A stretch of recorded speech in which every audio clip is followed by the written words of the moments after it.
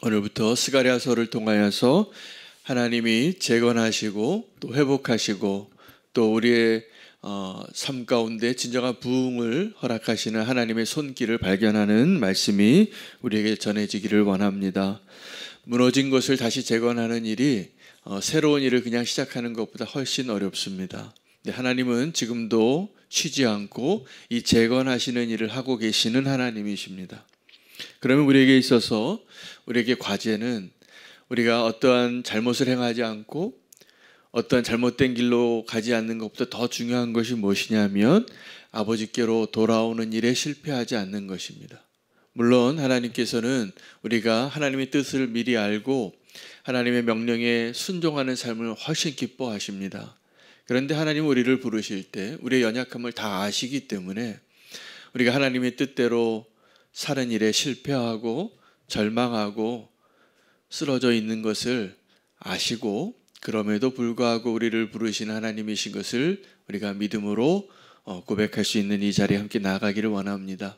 오늘 스가랴서는 선지자들 가운데 선지자들이 활동하던 시기로 보면 크게 세 가지 시기로 구분할 수 있습니다. 첫 번째, 선지자들을 하나님 많이 보내셨던 때가 언제냐 하면 북이스라엘이 하나님의 길을 심각하게 떠나서 베델과 단에 예루살렘 같은 성전을 짓고 하여튼 잘못된 길로 완전히 갔었을 때입니다. 그래서 그 아합의 시대에 그렇게 엘리야 엘리사도 보내시고 아주 하나님의 그 선지자들이 왕성하게 활동하던 시기가 북이스라엘이 멸망하던 시기입니다.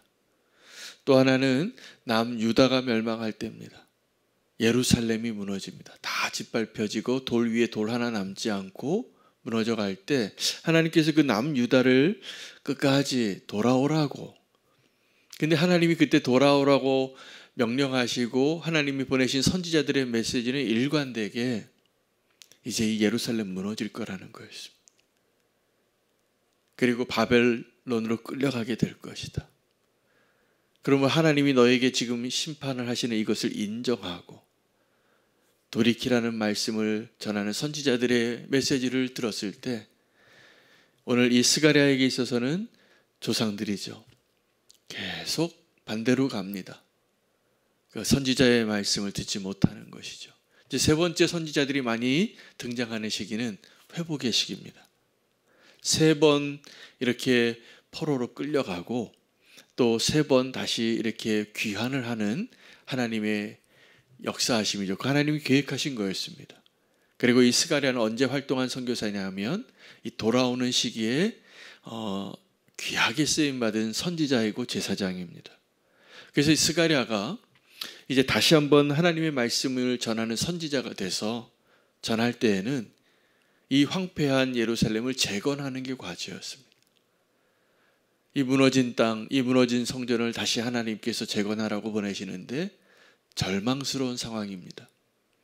여러분, 우리가 하나님을 하나님으로 인정하고 하나님의 뜻대로 하나님 기뻐하시는 하나님의 백성이 되기 위하여 우리에게 남겨진 과제는 하나님 명령하시는 것을 잘 지키는 것도 있지만 어떻게 보면 하나님께서 우리를 부르실 때, 돌아오라고 할 때 잘 돌아오는 게 우리의 과제입니다. 여러분, 그래서 회개하는 것이 축복입니다. 오늘 이 스가랴서가 이제 좀 긴 소선지자인데 그 오늘 본문인 1장 1절에서 6절까지의 주제는 돌아오라는 거예요. 회개하라는 메시지가 이게 가장 강력한 메시지입니다. 그 이후에는 스가랴가 봤던 8가지 환상을 보여주고 또 9장부터는 조금 더 나중에 하나님의 음성을 한 번 더 듣고 기록되어지는 내용이 되겠습니다. 우리에게 과제는 원수들의 방해도 아니고 또 우리 앞에 놓여 있는 너무나 불가능해 보여지는 이 무너진 성읍, 다 무너진 예루살렘과 같은 상황이 어려운 상황들이 많지 않습니까? 오늘도 우리 함께 기도할 건데 우리는 교회 성도님들이 요즘 기도 제목이 아주 많으세요. 저에게도 기도 제목이 많아요. 이 상황을 보면 절망스러워요. 그런데 이것이 어려운 게 아니에요. 원수가 우리를 괴롭히고 방해하고 또 우리를 시험하고 아무리 원수가 많아도 괜찮습니다. 하나님 우리와 함께 하신다면. 상황이 아무리 어려워도 정말 죽을 것 같은 상황이 되어도 괜찮습니다. 어쩌면 그것이 하나님이 우리에게 향한 가장 최선의 것일 수도 있어요. 어려움이 오고 그리고 실패를 경험하고 이런 것들은 사실은 하나님 우리를 사랑하셔서 우리에게 허락하신 것들이기 때문에 이 모든 것들이 지나고 보니까 정말 어려운 때는 언제냐면 우리 문제가 없다, 이제 살만하다라고 허리띠 풀 때가 위험하더라고요. 그런데 정말 살기 힘들다, 나 오늘 하루를 어떻게 살지? 올 한 해를 어떻게 또 넘기지? 이런 고민이 있을 때는 주님 앞에 은혜 안에 있을 때예요. 여러분, 우리에게 있어서 정말 오늘 이 말씀을 통하여 회개하라, 돌아오라, 너희가 돌아오면 내가 돌아가리라. 오늘 이 말씀하시는 그 하나님의 음성 앞에 오늘 우리에게 정말 중요한 과제는 우리 확신이 흔들리지 않는 거예요. 오늘 꼭 그 믿음을 가지시기를 바랍니다.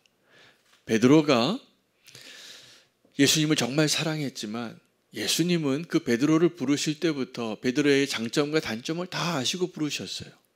사울이라는 한 청년을 부르실 때도 이 사울의 장점과 단점을 다 아시고 부르셨어요. 그가 어떻게 쓰러지고 어떻게 잘못된 상황 가운데 있었던 것을 다 아시고, 그럼에도 불구하고 너는 베드로야, 반석이야, 너의 반석이, 너의 그 믿음의 고백 위에 교회를 세우겠다고 그런 축복을 허락하시는 거예요. 근데 우리는 다 베드로 같습니다. 예수님 앞에 정말 우린 사랑하니까, 저도 그래요. 저도 베드로 같을 때가 많았던 것 같아요. 주님, 다른 사람 다 주님을 배신해도 나 주님 배신 안 할 수 있어요. 자신 있어요. 정말 그렇게 사랑하니까. 이게 우리의 능력의 한계예요. 우리는 내일 일을 모르고 나의 연약함도 나의 실패도 우리는 내가 감당할 수 있는 그 범위의 것이 아니에요. 우리는 그렇게 연약한 존재입니다. 근데 우리를 부르신 그 하나님은, 예수님이 베드로에게 그 이야기를 하잖아요. 제자들 다 있는 너희가 다 나를 버릴 것이다. 베드로도 포함해서. 근데 베드로가 그렇게 확신하고 장담했지만 베드로가 예수님을 부인했습니까? 안 했습니까? 부인했어요. 근데 정말 베드로가 베드로 되는 시점은 실패한 자리에서 주님의 은혜를 경험할 때더라. 예루살렘이 그렇게 무너지고 그 바벨론 땅에서 다시 그 예루살렘으로 돌아와서 이제 하나님이 하시는 일을 보라고 오늘 하나님께서 스가랴에게 말합니다. 너희의 조상들이 뭘 실패했는지를 아느냐고. 이 돌아오는 일에 실패했다는 거예요. 하나님께서 어떤 것을 더 안타까워하시고 더 중요하게 우리에게 오늘 주시는 메시지가 뭐냐면, 거봐 너희가 잘못했잖아 가 아니에요. 너희가 왜 돌아오지 않느냐. 이 조상들의 죄를 보면 4절에 보시길 바랍니다. 이 조상들의 죄를 본받지 말라라고 말하면서 옛적 선지자들이 그들에게 외쳐 이르되 만군의 여호와께서 이같이 말씀하시기를 너희가 악한 길 악한 행위를 떠나서 돌아오라. 그러나 그들이 듣지 아니하고 내게 귀를 기울이지 아니하였느니라 여호와의 말이니라. 그러면서 이어서 너희 조상들이 어디 있느냐, 또 너희 선지자들이 영원히 살겠느냐. 그러니까 하나님께서 오늘 이 스가랴를 통하여 주시는, 저와 여러분에게 주시는 메시지는 너희가 왜 이 잘못을 했느냐고 책망하시는 것이 아니라 너희가 왜 돌아오지 않느냐고 책망하시는 거더라고요. 우리가 회개에 실패하지 않기를 원합니다. 주님께로 돌아오는 그 하나님의 그 부르심에 우리의 확신이 흔들리지 않기를 원합니다. 그 베드로에게 그 은혜를 주시고 예수님은 그 베드로 부르실 때 베드로 실패할 거 알고도 부르신 거예요. 여러분, 우리는 앞으로도 우리 연약함 때문에 우리 연약한 모습으로 하나님 앞에 또 쓰러질 수 있겠죠. 근데 하나님의 은혜가 무엇이냐 하면 우리의 미래에 내가 알지도 못하는 때에 내가 지을 가능성이 있는 그 모든 연약함과 실패까지도 아시고 우리를 부르셨다는 것입니다. 오늘 그 하나님의 은혜로 우리의 회복과 재건이, 하나님 나라를 위한 회복과 재건을 위해서 먼저 내 자신이 회복되어지는 놀라운 믿음의 결단을 할 수 있게 되기를 원합니다.